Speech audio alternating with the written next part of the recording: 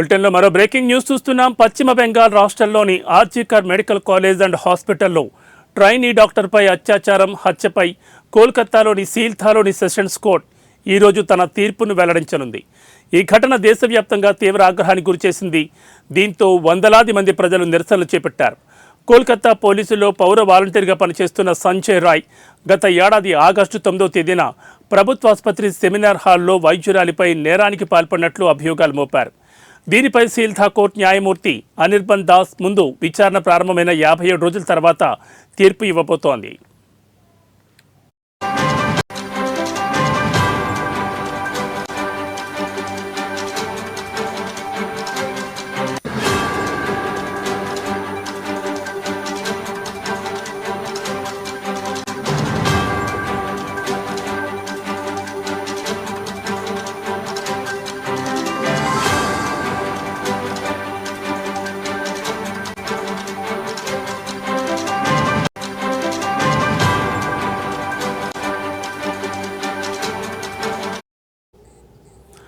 అయితే కోల్కతా పోలీసుల నుంచి ఈ కేసును స్వీకరించిన తర్వాత సిబిఐ ఆగస్టు 13న 120 మందికి పైగా సాక్షుల వాంగ్మూలాన్ని నమోదు చేసుకుంది. 66 రోజుల పాటు విచారణలో సంజయ్ రాయ్ నేరానికి పాల్పడినట్లు తగిన DNA నమూనాలు, నేరం జరిగిన ప్రదేశంలో దొరికిన వెంట్రుకలతో కూడిన నివేదికను సమర్పించింది. ట్రైనీ డాక్టర్ను అత్యాచారం చేసే సమయంలో నిందితుడి శరీరంపై 5 గాయాలు కనిపించాయని సిబిఐ తరపు లాయర్ వెల్లడించారు. అంతేకాకుండా అతడు సెమినార్ హాల్ నుంచి నిష్క్రమిస్తున్నట్లు ఉన్న సీసీటీవీ ఫుటేజ్లో కనిపించకుండా పోయిన అతని బ్లూటూత్ నేరం జరిగిన ప్రదేశంలో దొరికిందని సిబిఐ సీల్దా కోర్టులో చెప్పారు. ఇక ఈరోజు సెషన్స్ కోర్టు ఈ కేసులో తుది తీర్పును ఇవ్వబోతోంది.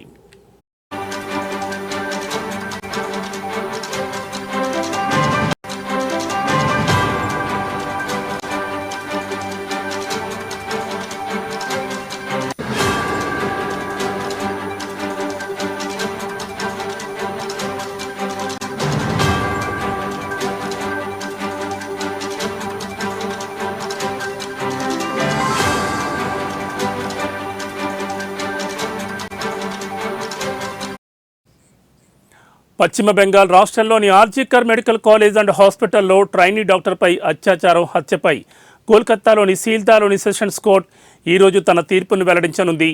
ఈ ఘటన దేశవ్యాప్తంగా తీవ్ర ఆగ్రహానికి గురిచేసింది.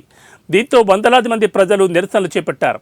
కోల్కతా పోలీసులో పౌర వాలంటీర్గా పనిచేస్తున్న సంజయ్ రాయ్ గత ఏడాది ఆగస్టు 9వ తేదీన ప్రభుత్వ ఆసుపత్రి సెమినార్ హాల్లో వైద్యురాలిపై నేరానికి పాల్పడినట్లు అభియోగాలు మోపారు. దీనిపై సీల్దా కోర్టు న్యాయమూర్తి అనిర్బన్ విచారణ ప్రారంభమైన 57 రోజుల తర్వాత తీర్పు ఇవ్వనున్నారు.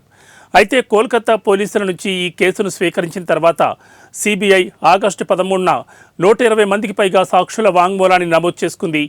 66 రోజుల పాటు విచారణలో సంజయ్ రాయ్ నేరానికి పాల్పడినట్లు తగిన DNA నమూనాలు, నేరం జరిగిన ప్రదేశంలో దొరికిన వెంట్రుకలతో కూడిన నివేదికను సమర్పించింది.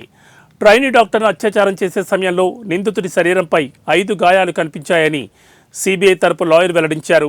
అంతేకాకుండా అతడు సెమినార్ హాల్ నుంచి నిష్క్రమిస్తున్నట్లు ఉన్న సీసీటీవీ ఫుటేజ్లో కనిపించకుండా పోయిన అతని బ్లూటూత్ నేరం జరిగిన ప్రదేశంలో దొరికిందని సిబిఐ సీల్దా కోర్టులో చెప్పారు. ఇక ఈరోజు సెషన్స్ కోర్టు ఈ కేసులో తుది తీర్పును ఇవ్వనుంది.